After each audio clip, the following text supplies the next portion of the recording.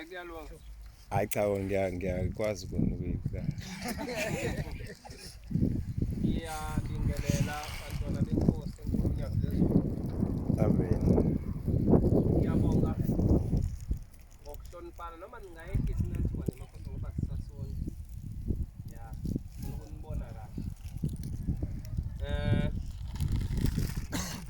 Ngaphambi kokuthi siqaleke ngicela sazana. Ngokudlula. Lo umfana nje wakami. Othanda kakhulu uNkulunkulu wakhe. Umsebenzi sihlangene ngawo.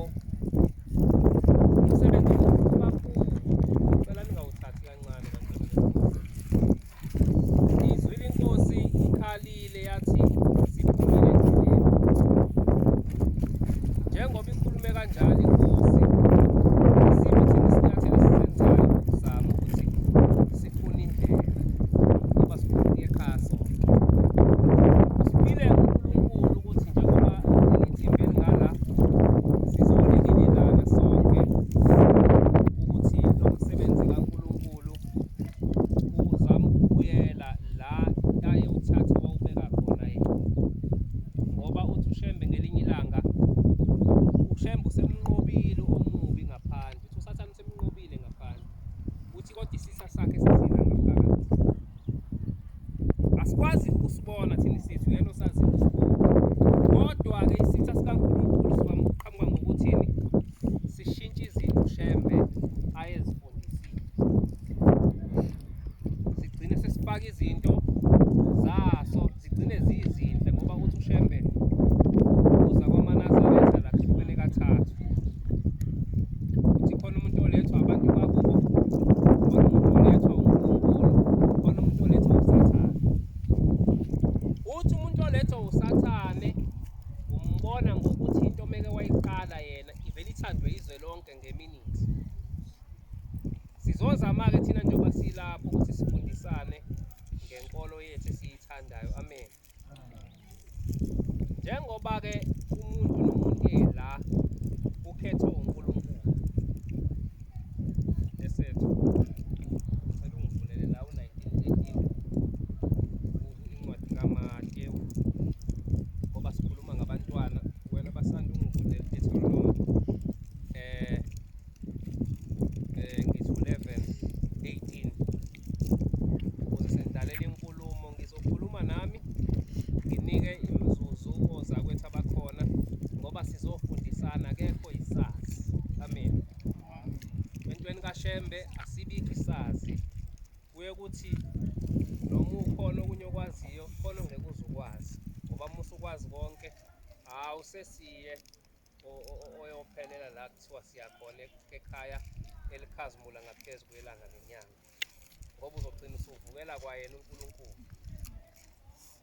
Ngicela ungifundele mawusuyitholile ibisendlalela. Deuteronomy 11 verse 18.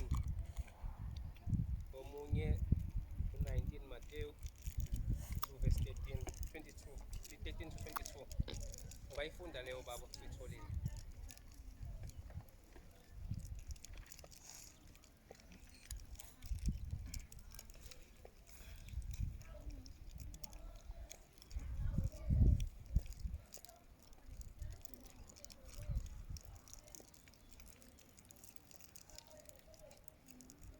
Incwadi kaMateyu 19 verse 13.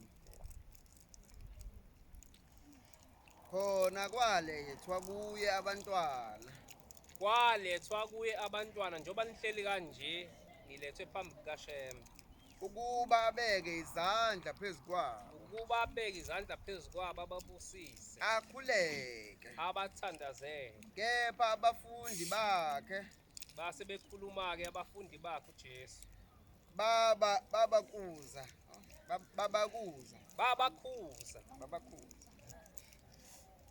uJesu wathi vumelani abantwana. Laba babebona iy'ngane njengoba niyilana nisesontweni khona abangathi cha iy'ngane ay'fanele ukuzokhonza. Kodwa uJesu usethi cha, vumelani abantwana beze kimi. ningabanqabeli ukuza kimi. Njengoba nilapha nithande uShembe ukuthi nize phambi kwakhe. Ngokuba umbuso wezulu ungowabanjalo. Ngoba umbuso wezulu ungowenu bantwana niyezwa. Wabeka izandla phezu kwabo. Wayesebabusiswa njengoba abanye beni sebebusisiwe. Wemuka lapho. Wayesehamba. Bheka, wafika umuntu wathi kuye, mfundisi olungileyo, ngiyawukwenza okulungileyo kini, ngibe nokuphila okuphakade na. Wathi kuye, ungibizelani uthi ngilungile na? Akukho olungileyo munye kuphela, uThixo. Kepha uma uthanda ukungena ekuphileni, londa. uNkulunkulu weyala abazali bethu ukuthi abagcina amazwi ey'nhlizweni zabo nasemphefumulweni yethu, ngoba njengoba umuntu ephila uhlukene kabili. Khona umzimba lona ubonayo, khona umzimba wangalo lokuyiwona ojezayo uma sesihamba emhlabeni. Kufanele siwugcine lo myalo, siwugcine la, phinde siwugcine ngale. Niwabopha besibonakaliso ezandleni zenu ukuba ube zinhlonzo emkhathini yamehlo enu. Qhubeka. Ngifuna la ithi wafundiseni abantwana. Nibafundise abantwana benu. Uthi uShembe abafundise abantwana. Qhubeka. Niwakhulume ezindleleni zenu. La nihamba khona nikhulume ngoShembe kubantwana benu. Nalapho nihamba khona, nalapho nilalayo, nalapho nivuka.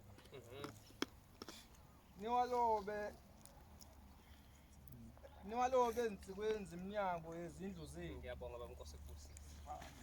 Isona-ke isizathu esidala esihlangane kanjena abantwana benkosi. Ngizoyixoxa-ke ngifake nemizekelo ngaphambi kokuthi ngingene kule nto. Kukhona umjaho okuthiwa i-relay, niyawazi? Wenziwa kanjani? Khona uphatha lokho kurawona. Sophatha intombi. Yes, baba bathathu noma babe bane. Lo siwane equlini lo uyagijima ufinish. Amen. Nkosi. Uyiphendule kahle mzweli. Le nto-ke kuthiwa i-relay bantwana ifana nale nkolo esikuyo. Le nkolo esikuyo yanikezwa omkhulu bethu, yes? Bona bayidlulisela kobaba. Obaba bethu bayidlulisela kithi. Umuntu ozoya kowena yithina fanele sithi singene siwine ngokungena ezulwini. Kodwa masifika singasaphethe le nkolo, uShembe ayinikeze umkhulu sesiphethe enye, angeke singene. Nomkhulu uzokhishwa ezulwini ngoba kusho ukuthi umkhulu akafundisanga. Nani nizoba abazali kusasa. Nizogana nani nibe ney'ngane. Niganwe nibe nabantwana. Kufuneka nibafundise into uShembe ayifundise obaba bethu. Obaba beni beyithatha komkhulu babo. Uma senifika nento uShembe mawusufika emasangweni esethi uShembe, hawu wawukwenzelani ukuthi baba cha nami ngakuthola kubaba. Ubaba wakho usho kumekufundisa upoison niya naye esikogweni. Kodwa wena ungasinda mhlawumbe ngoba inkolo ithathe kubaba wakho. Ngiyabonga-ke. La sizongena ekufundisweni imlolozele ngizoyeqa kancane ngizoyinikeza nabosisi ngesabatha elilandelayo bazoyifaka le mlolozelo esinayo. Ngizothatha nje iy'fundo ezimbili ukuthi amaNazaretha ngabe yini iNazaretha. Khona ongangitshela iNazaretha yini? Anazi ukuthi nini kanti nange babaza uma ngithi iNazaretha yini.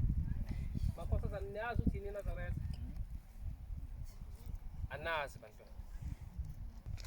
Umuntu ompilo yakhe uyinikele kuNkulunkulu. Uselawulwa umthetho kaNkulunkulu ekuseni, emini, ntambama elele. Niyayizwa lona? Ngeke nisaphindeke uma benibuza ngoba bebezonihleka abantu kuthiwa chaza into yiyona. Awazi ukuthi uyini kodwa uthi uyiNazaretha. INazaretha akuyena umuntu ogqoka umNazaretha bese kuthiwa iNazaretha.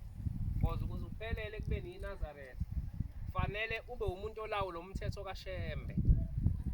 Uthandaze ekuseni kade sisho isihlabelelo senu la sithi wena uyakuthandaza. Ekuseni emini ulala ngoba wena usulawo lo mthetho kaNkulunkulu. INazaretha ke lelo. Bese liyabhabhadiswa livuma izono bese ligqoka lengubo ke. Mawuhamba ke la mawusuyigcina lemithetho ke usungabizwa ngokuthi iNazaretha. Amen. Amen. Awungitshele yini iNazaretha? Cela ukuzwa nkosazana. Bonke ubulalele. Makhosazana, ngicela oyedwa ngitshele yini iNazaretha?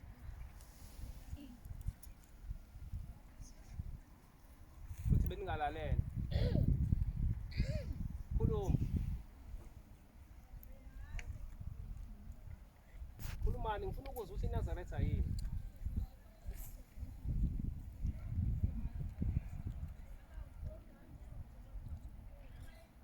Nsizwa, ungangitshela. Yabona njengoba nginibuza, khuluma nsizwa. Khulume ngikubona.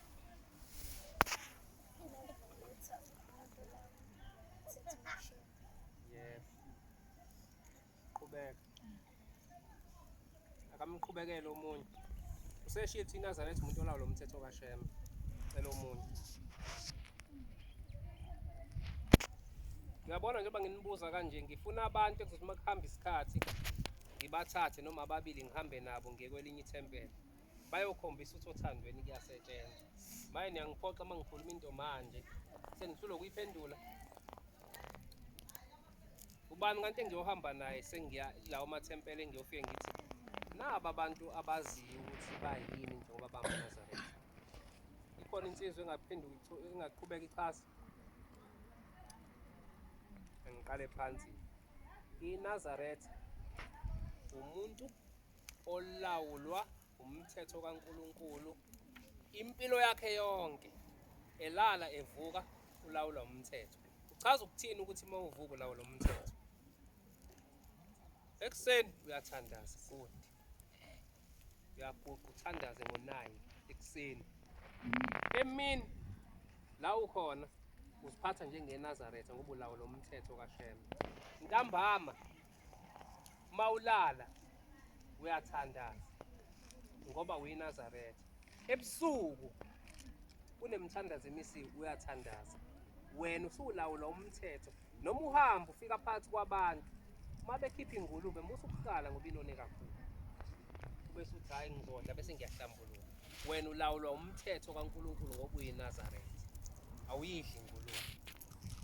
Angithi umthetho kaNkulunkulu ufanele uphathe uthe uShembe ulobe einhlizweni zethu. La ukhona ungavumeli ukuthi mawufica abantu bephuza usemcimbini. Bashaya ubhiya la bese kulethwa idrink kuthiwa hayi yakaza le glass nawe ungaphuza ngayo. Wena ulawula umthetho kaNkulunkulu.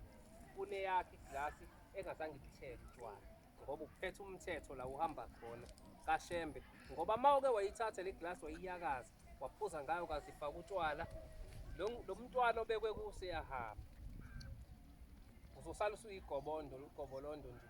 Esilo sithi uyalibona ibhodlela lekhokhi mangabe likade linekhokhi nanta mawuthi lo wathi ulitha 1 usulitha 1 lo hayi wekhokhi kodwa kade yaphela kodwa kusewuthulitha wekhokhi noma ingasekho. Asikufuni ke lokho. Wena njengoba uMnazaretha umuntu ongcwele ngoba kuhlela umuntu ongcwele omNazaretha phakathi kuwe. Siyazwana. Ngakho ke ngithe ngifuna abantu abazobamba sizofunda amasonto sifunda amasonto athile kodwa khona abantu lapha wena engizobathatha engifuna siye nabo eMkhomasi. Uyacabanga uzothola itrip yamahhala. Uyavakasha uyotshela abantu ngoShembe ukuthi wena uyingane eyaziyo ukuthi yini. Ngakho ke ngicela nifunde nazi ukuthi niyini. uNazaretha umuntu olawula umthetho kaNkulunkulu impilo yakhe yonke, elala evuka. Lapho ehamba khona umthetho kaNkulunkulu uyamlawula.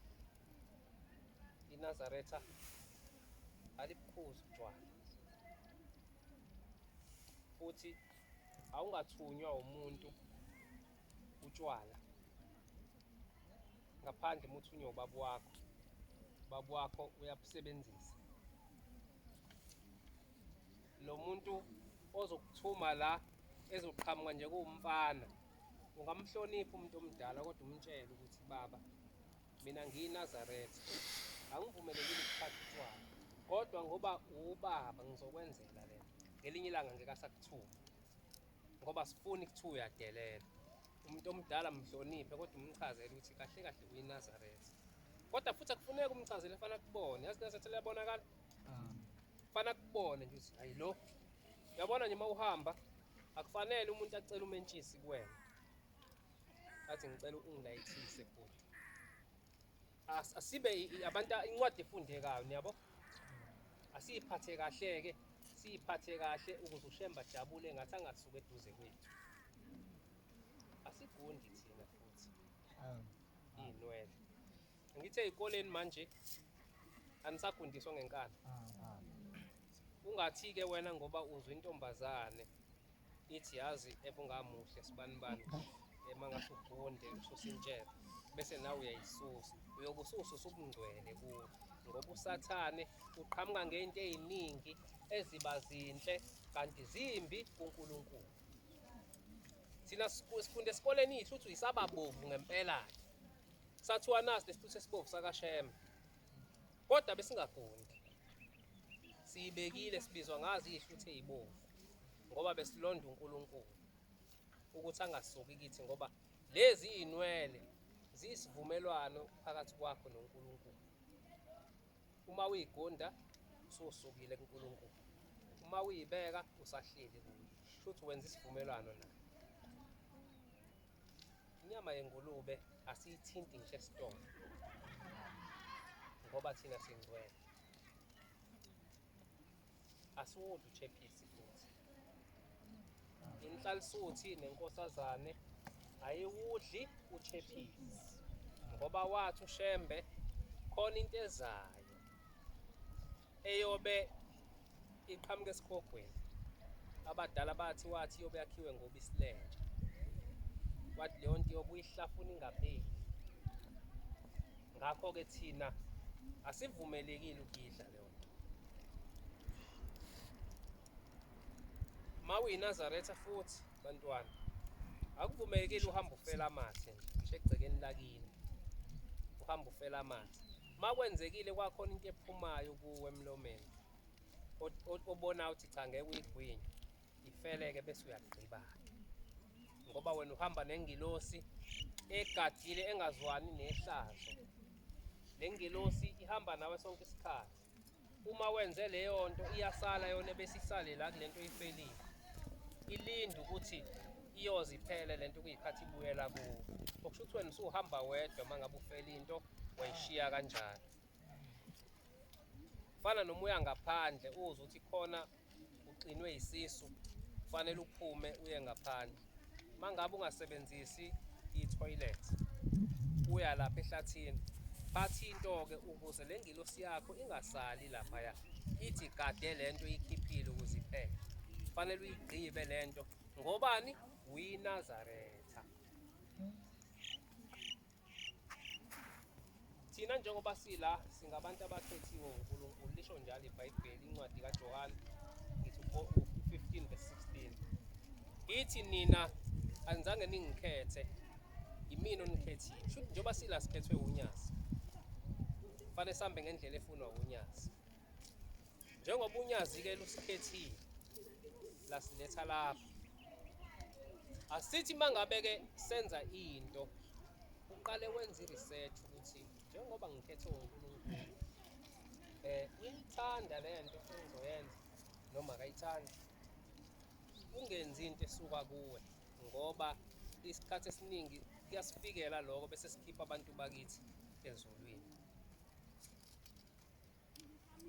Sengizodedela abafowethu nodadewethu engizokuthatha futhi njengoba nina nikhethiwe uNkulunkulu nakhelile indlela yokukhuluma mawubingelela iNazaretha uhlangana nalo awusebenzisi usawubona lo usawubona ongacacisi noma imini noma isebusuku usawubona nje isekuseni sawubona isemini sawubona isebusuku sawubona ushembe isifundiso sasezulwini wathi mangihlangana nawe ekuseni ngizothini ukusa noma insansa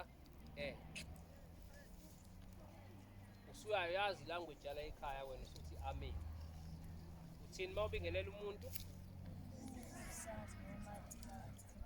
uthi insansa enhle noma ukusa okuhle kubili lokho mawungashonga ukuthi insansa enhle uwe eMnazaretha ayithi ngihlangana nangu nje ngithi insansa enhle hlalisuthi uzothi amen yena mangithi ubuso okuhle noma ukuvuka okuhle amagama okubingelela ekuseni insansa enhle ukusa okuhle ngiyabingelela la ekhaya ekuseni emini ngithi imini enhle hlanganana nangu udadewethu hawu imini enhle zinhle usethini sethi amen emini ekuseni insansa emini imini enhle ntambama intambama enhle sibingelela kanjani ekuseni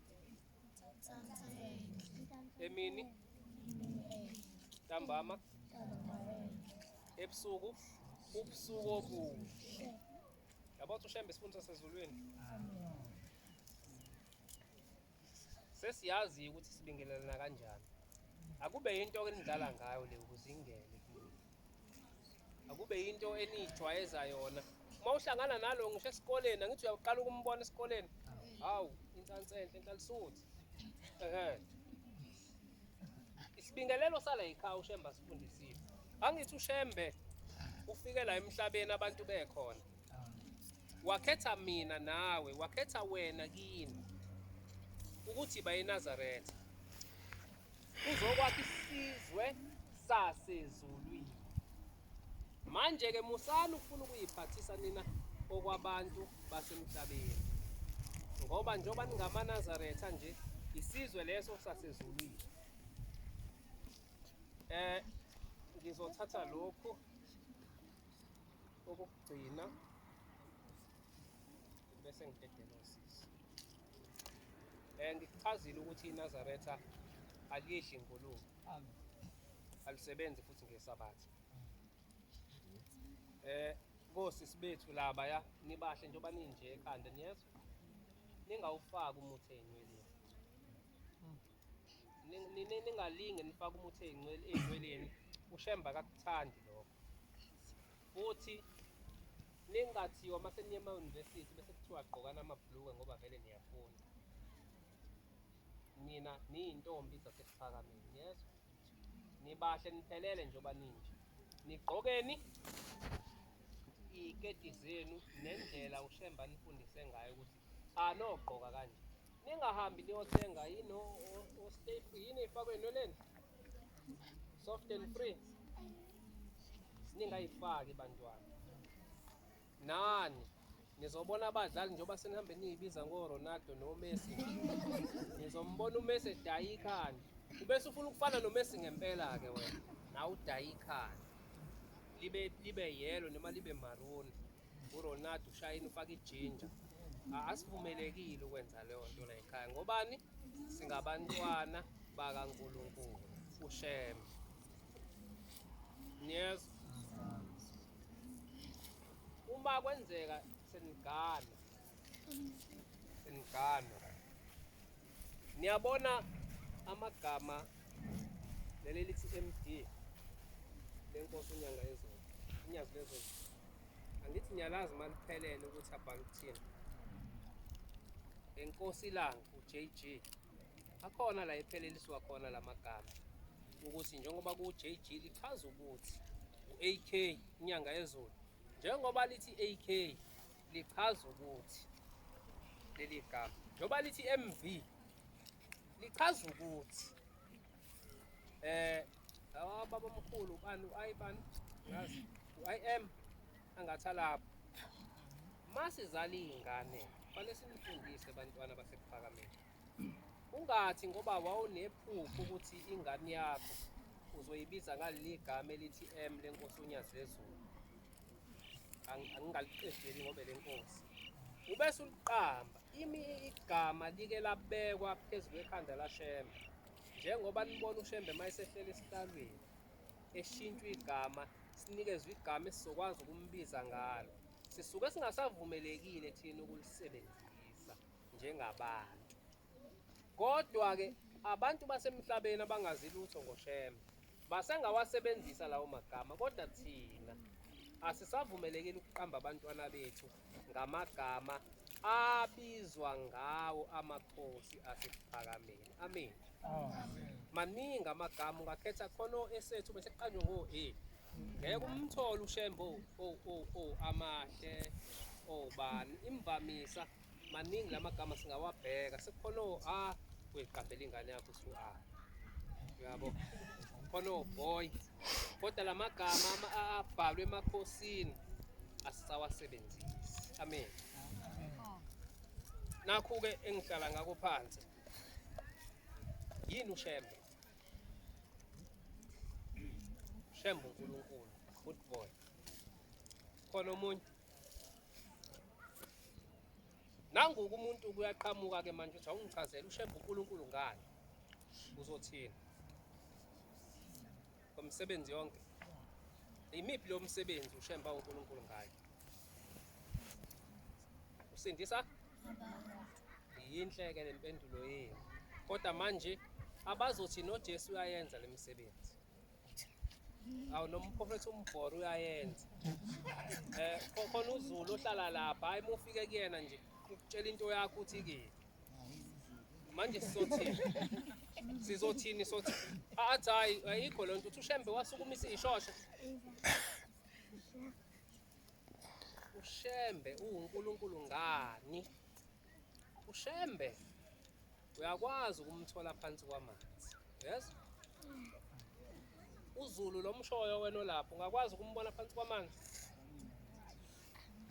uMbhoro ungakwazi ukumbona phansi kwamanzi uShembe uyakwazi ukukhuluma nezilwane ezwe ulimi lesilwane ukuthi sithini uShembe-ke lo uveza ubuNkulunkulu bakhe uyamthola zonke iy'ndawo uShembe ungamthola eGoli umthole phesheya kwey'lwandle umthole noma ikuphi uShembe aphinde akhulume nezilwane akhulume nenyoka ayibuze ukuthi umshayeleni lo akhulume nenkomo naku ngelinye ilanga inkomo bayiletha bezonikela enkosini niyezwa iyababiza inkosi abantu ade bezonikela ithi bantu abami iyakhuluma le nkomo bathi baba ithini ithi inkosi le nkomo ithi seyincane kabi yona ibisazozala iy'nkomo ey'ningi ngamayinene niyiphuca impilo yayizi inkomo ikhulumela ilungelo layo kuShembe icela ilungelo ukuthi yona ibisazoqonywa kakhulu noma iganwa mawukuthi iyaganwa ngazi phela iyasho ukuthi ibisazoba nabantwana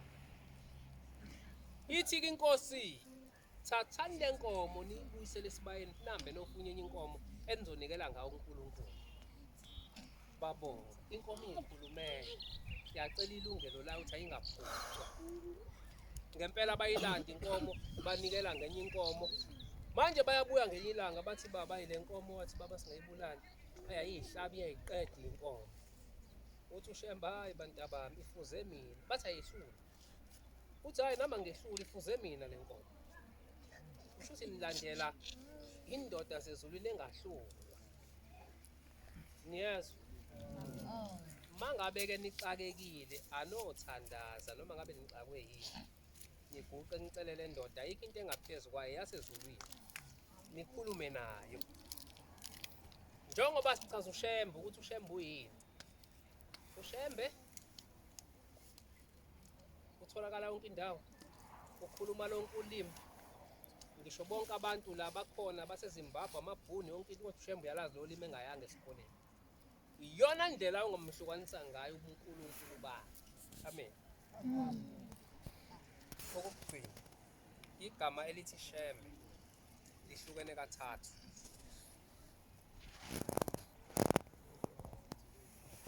nina anisondi kwaShembe ningamaNazaretha ngoba uzothi umuntu hawu usonta kaShembe nawu umuzi wakaShembe nawu omunye kaShembe manje umuthi usonta kaShembe kuzofanele uchaze ukuthi isonta kulo muzi wakaShembe shutho okephi baningi angithi oShembe manje wena uyinazaretha igama elithi Shembe lihlukene kathathu khona uShembe isibongo sabantwana bonke bakwaShembe abakhona abazaliweyo bakhula bese kuba khona uShembe igama ngoba uShembe mhla ezalwa waqanjwa igama yena elithi uShembe kuze kube khona isibongo sakaShembe bebe besuka kuKhumalo babe uKhumalo khathi ezalwa yena kodwa ukuqala kwesibongo sakaShembe saqala ngokuthi kwazala ubabamkhulu uThemezele base bemqamba igama bathi uShembe futhi khona uShembe isibongo khona uShembe igama bese kuba khona uShembe umoya oyingcwele lona ke sihlangene ngawo la okuyiwona osuka enkosini uhlala enkosini amen sihlangene ngani ngomoya oyingcwele hayi ngoShembe isibongo hayi ngoShembe igama sihlangene ngani ngomoya oyingcwele onamhlanje osesiqini esibizwa ngokuthi uNyazi Kristu ya ngicela ukudedela bathathe nabo ngoba ngibona isikhathi ungasabeli kakhulu kade noma ufanye ya ngizoba mfushane bangani bami niseyikoleni angithi kubalulekile ukuthi uma omunye umntwana ekubuza ngento yakho uyazi uthinta into ebalulekile ubambile ukuthi kufanele sizazi ukuthi singobani uqaleke ngokuthi uma uyinazaretha ungubani mhlambe ngizohlehla kancane ngithatha istep esisodwa ngale mzuzwana enginayo esiye emuva esithi ngaphambi kokuba ngibe iNazaretha angithi ngumAfrika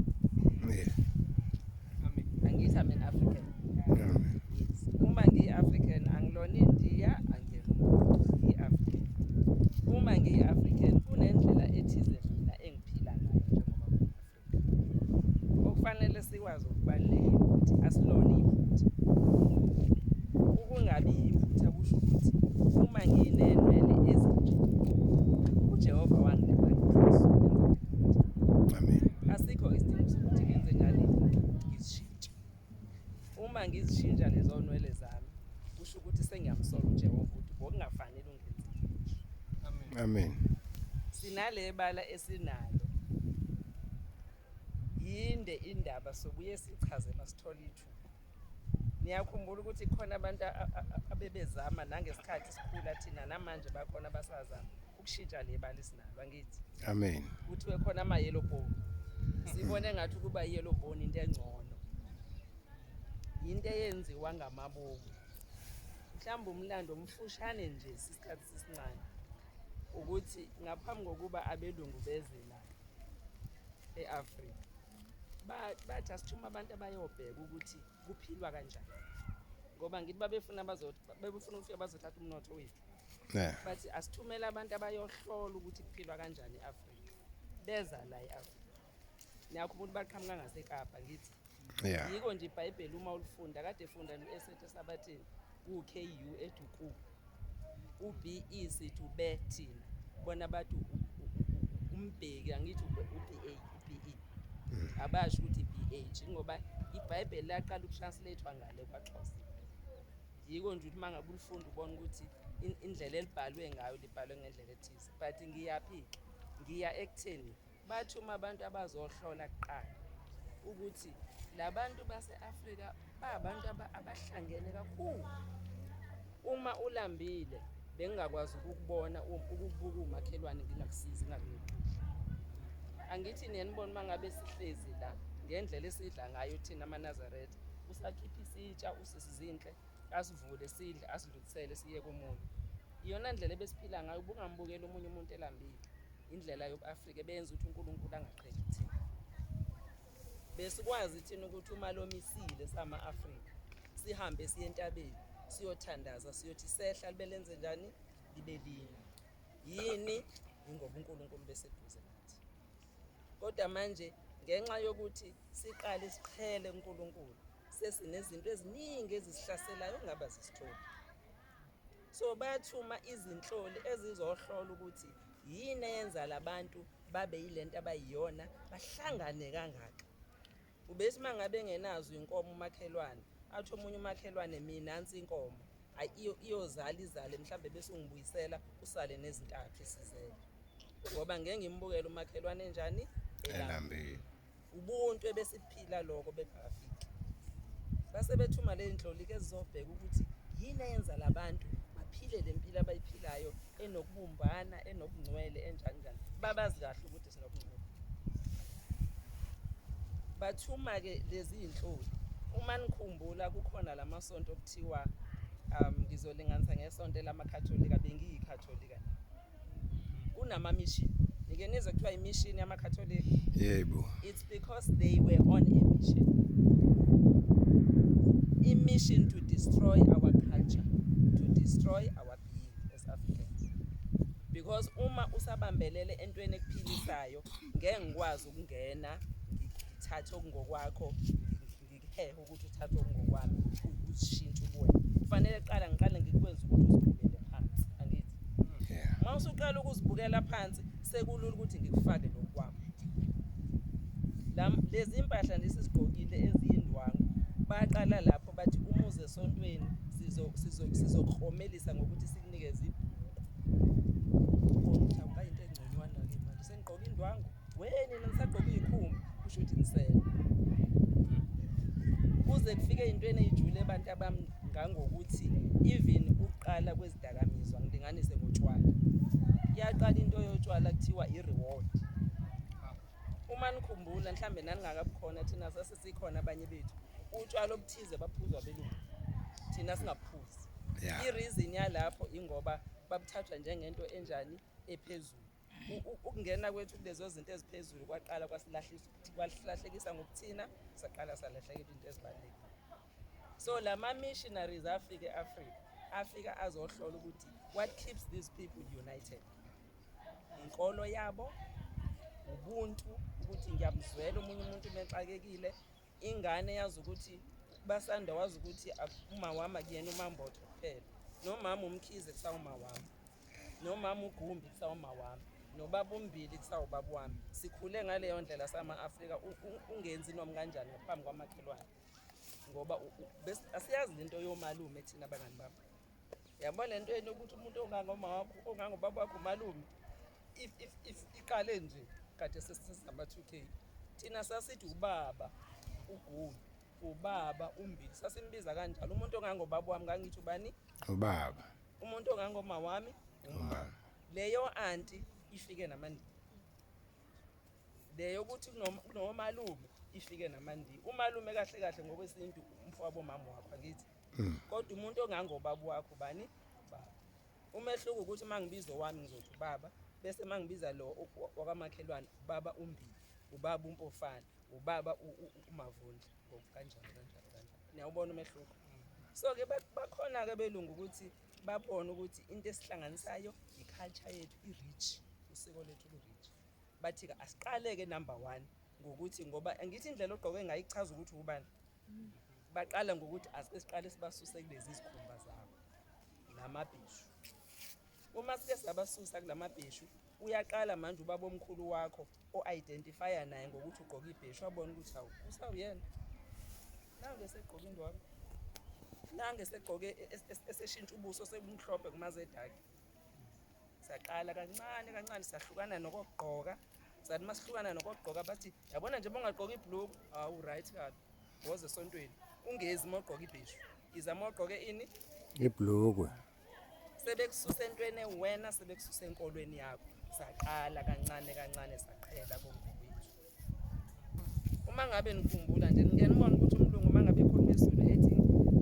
sikhuluma ngalendlela sikhuluma ngayo bathi awubantu uyazama uma sikhulunywa yimina ngisibheda niyanhleka uma ngikhuluma isingisi ngisibheda yini lapho uma ngaqala nje manje ngikhuluma isingisi ngisiphule ngabona nihleka nibeka phansi kodwa umlungu uma ekhuluma isizulu esephula uyazama yini silimaziwe nje emqondweni ukuthi okungokwethu sikwenze njani sikubukele Sibhekele phansi.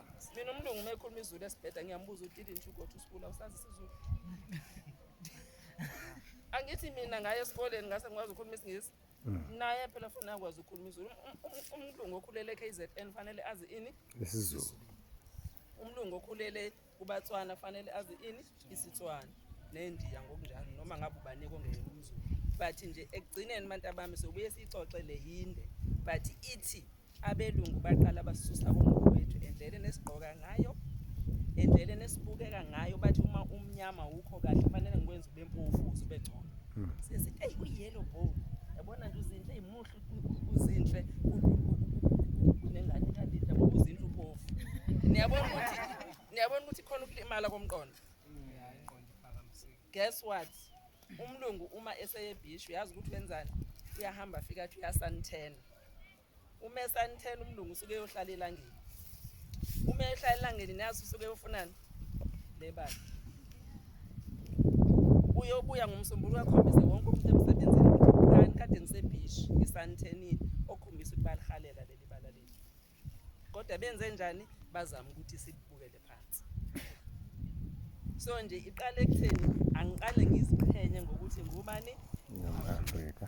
manginjena nje angiyona imistake Jehova wangidala ngenhloso angiziqhenye nje ngihambele phezulu ngoba kahle kahle bona labantu abasusa kulento bayayifisa uma nike nibone niyababona labantu okuthiwa bayisiphiwo abanebala empofu Yeah. nike nibona isikhathi esiningi bayahlaselwa izifo zesikhumba kwenziwa yini ingoba banalo leli bala lethu kahle kahle lisivikela nokuthi ilanga lingasishisi lisilimali le melanin le bala sithi melanin leli limnyama liquality umlungu uzayo santhena eyofuna ukufana nami and then he turns around athi awufanele ube mnyama umuntu uyabona ukuthi uyaziphikisa so ke ithi ke bangani bami ake siqaleni lesiqhenye thina wazi nje ukuthi njengoba ngumAfrika nje futhi ubuye waba dark kakhudlwanyana ngebala hayi mina ngeke ngithi yazi kumuntu odark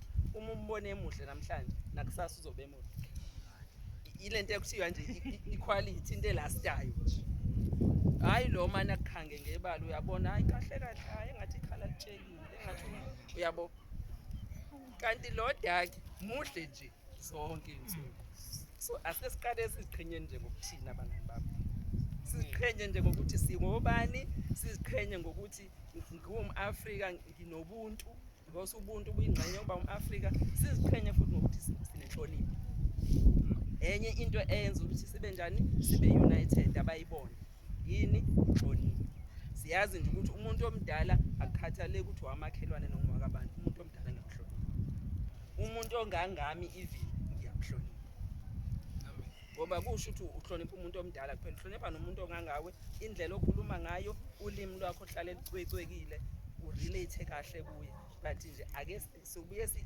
sinabise leyo ukuthi kwase kwenzekani-ke besisusa ezintweni zethu mase siphinda sikanini session kodwa nje ake siziqhenyeni ngokuthi sama-Afrika bahle niyezwa Amen. ngiyabonga isikhathi sethu sibone ukuthi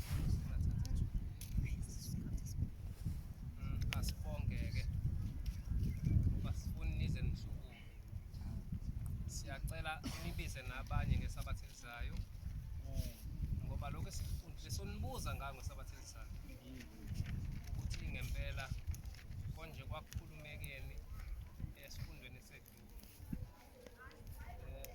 nilungise ifundisa ngesonto elizayo zindlu nani soninika ithuba-ke nifake nanenizokufaka kubantwana bakasheme siyabonga kakhulu ngifike nibatshele ekhaya oma ukuthi sicela baniphathise izinto ezimnandi bayiphathe bona eyizofika idliwe eklasini siyabonga